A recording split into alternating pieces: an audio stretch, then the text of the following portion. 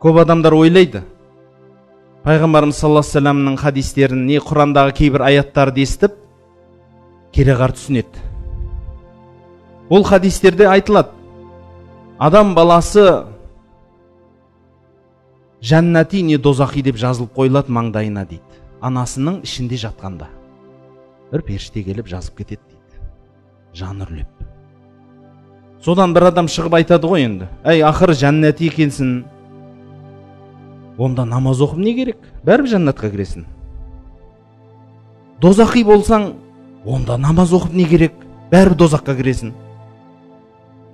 Дейді ғой, қандай амал жасасаң да бәрібір жәннатисің.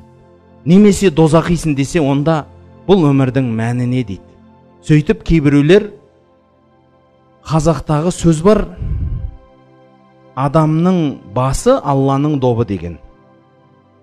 Осы сөзді тура мағынада түсінеді де ойлайды. Болды дейді. Сен қалай десең солай жазып қойғансың, маңдайыма жазылғанды көремін, басқа еш нәрсе емес дейді. Бірақ бұл қате пікір. Қате пікірлігі сонда, Алла тағала адамға мына дүниеде шекаралар берген. Бір шекаралар бар, адам баласы оған кіре алмайды. Кіруге де ақысы жоқ. Тіпті оны игере де алмайды, егер соны берсе. Мысалы, адам тамақ ішеді. Сіз күніге тамақ ішесіз. Сол тамағыңыздың ішкеннен кейін, тамағыңыздан өткеннен кейін, әрмен қарай сіз игересіз ба? Ойланасыз ба өзіңіз? Тамағым былай кетіп бара жатыр, сұйықты былай лақтырам, қоюды былай лақтырам, ішегіме түсті, оны былай қортайық, ана жерге алып барайын, мына жерде сөл бөлуіміз керек, мына жерде үйтем. Соны сіз басқарасыз ба? Жоқ. Бұл автоматтық түрде болады. Дұрыс па? Сіздің ешқандай қатысыңыз болмайды. Қатысыңыз болмайды дегенде, ғақли тараптан сіздің ешқандай қатысыңыз болмайды. Сіз ойланбайсыз. Өзі болады. Ауа да солай. Дұрыс па? Сіз қазір отырған күйі сіз автоматтық түрде дем алып, дем шығарып отырсыз. Оны сіз игеріп отқан жоқсыз өзіңіз. Өзі келеді, өзі шығады. Автоматтық түрде жүйеленген.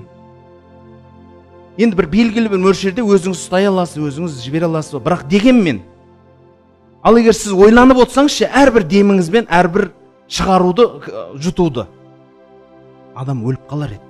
Өйткені ұмытшақ қой адам. Өзі адам ұмытшақ, өзі бір нәрсемен айналысып кетіп отырып, дем алуды ұмытып қапты, өліп қапты десе. Мүмкін ғой енді, мүмкін ғой. Ана пәленше өліп қапты, неге дем алам деп ұмытып кетіпті дейін, ана бір нәрсені бір әдемі атты көрген екен, о шіркін жануар-ай деп тұрған кезінде дем алуды ұмытып кетіп өліп қапты дейді. Бірақ өйтпейсіз ғой. Сіз ұйықтап жатқанда да қандай ұйықтайсыз? Игересіз ба өзіңізді? Жоқ. Көп шекаралар бар. Мысалы қарапайым көз.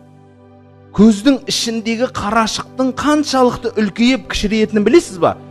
Өзінен 400 есе үлкейеді.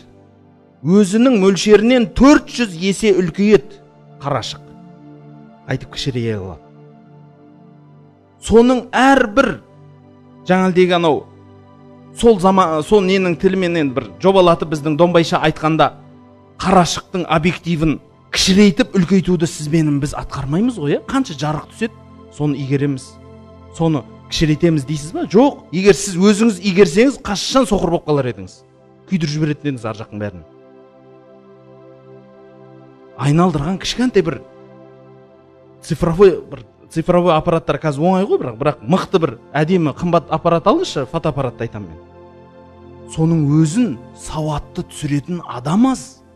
Сауатты өте жаңалдегі көлеңкелеріне шейін қойып, өзінің орнына шейін қойып, анау енді майда шүйдесін айтпай-ақ қойшы, анау ICO-сы бар, басқасы бар, черно-белый, жаңа ағы менен қарасының, көгі менен қызылының арасындағы айырмашылығы, оның бәрін қолмен істейтін аппарат болсыншы сізде. Оны оқуға барып келер едіңіз 4 жыл, 5 жылға. Оқып болғаннан кейін бір 5-6 жыл оны игеріп үйренгенге шейін неше аппараттың басына жетесіз. Ал егер көзіңізді тула салып сөйтіп беріп қойсашы игеруді, не істейтін едіңіз? Қашан соқыр қылатын едіңіз ол көзді? құлақ та солай.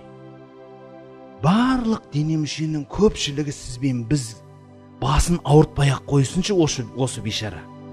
Қиналмай-ақ қойсыншы деп Алла сізбен бізге ол шекараға кіргізген жоқ. Одан бөлек өмір менен өлім. Бұл да бір шекара. Сізбенен біз кіре алмайтын шекара. Егер оны да бергенде, адам өз басына өзі қайғы жасайтын еді. Қашан дүниеге, қашан келіп, қашан кететінін өзі игере алса. Әлі күнге шейін не бір фантастикалық адамдар бар ғой, мысалы андай бір туындылар, неше түрлі киноларда болады ғой, жаңағы уақыт сағатты өзгертіп жіберіп, пәлен ғасыр немесе пәлен жыл арқаға кетіп қалып, ана пәленшені өзгертіп, тағдырды өзгертіп жіберіпті міш. Бұл адамның арманы ғой, баяғыдан келе жатыр.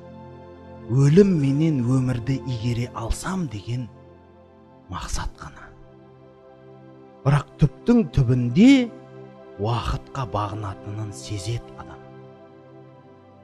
Сол үшін Алла тағаланың бір сөзінде, бұл пайғамбарымыз саллаллаху алейхи ва саллям хадис құдсида келеді, Алла тағала пайғамбардың аузыменен, тіліменен айтады: заманды сөкпеңіз дейді. Яғни біз кейде айтамыз, ой, заман не боп кетті, заман жаман боп кетті дейміз, дұрыс па? Заманды сөкпеңіз. Заман менің бір сипатым дейді. Алла тағала айтады, менің бір сипатым дейді. Оны сөкпеңіз дейді. Уақыт қой. Сол үшін бауырлар, бұл дүние шекаралар. Сол шекаралардың ішінде белгілі бір кішкентай ғана жер мөлшер белгіленген, сол жердің өзін сізбенен біз салауатты өмір сүре алмаймыз, байқайсыз ба? Сіз күніге таңертең ұйқыдан тұрдыңыз, кешке шейін өз-өзіңізді ақылмен басқарамын деп айтыңызшы. Қол көтеріңіздерші, мен көрейінші сол адамды. Ақыл менен бір сәт, бір минутымды бекер жіберген жоқпын, есептеп қойғанмын мен. Барлығын өз орнымен, өз уақытымен пайдаланам. Анаған ананы жұмсайым, мынаған мынаны жұмсайым. Құртпаймын. Барлығы өзінің орныменен есептеліп қойған. Айтыңызшы, игере аласыз ба? Бір күннің өзін, әр минутын егер сіз кешке отырып, жазып тұрып есептесеңіз, ұтылып қаласыз. Күніге ұтылып қаласыз. Егер Құдайдың кешірімі болмаса, бауырлар, сол үшін сізбенен біз жәннатқа кіре алмаймыз деген пайғамбардың сөзі бар. Біз өзіміздің жасаған амалымызбен жәннатқа кіре алмаймыз. Өйткені Алланың беріп қойған, міне осы шекараның ішінде қалған, басыңды ауыртпай қойш, осының ішінде тағдырың өз қолыңда, ал істе десе соны басын жарып көзін шығарамыз ғой. Кішкентай ғана шекараның ішінде жүріп, соның ішінде жүріп біреулер жылап, сықтап, өзін бақытсыз сезініп үлгереді. Ойбай, мен төбемнен Құдай ұрып тастаған адаммын, мен деген бейшарамын, осындайда жерге түсіп, жер болып кетеді. Бірақ өзінен де жаман адам жүргенін көрмейді. Қанағатсыздық танытады, шүкірсіздік танытады. Қараңызшы бауырлар, біз адамның бейшаралығын қарасаңшы, қаншалықты әлжуаз, қаншалықты бейшаралығымызды. Құдайдың берген бір кішкентай шекарасының ішінде салауатты, дұрыс, пайдалы өмір сүру деген ұғымның өзін түсініп тұрып істей алмаймыз.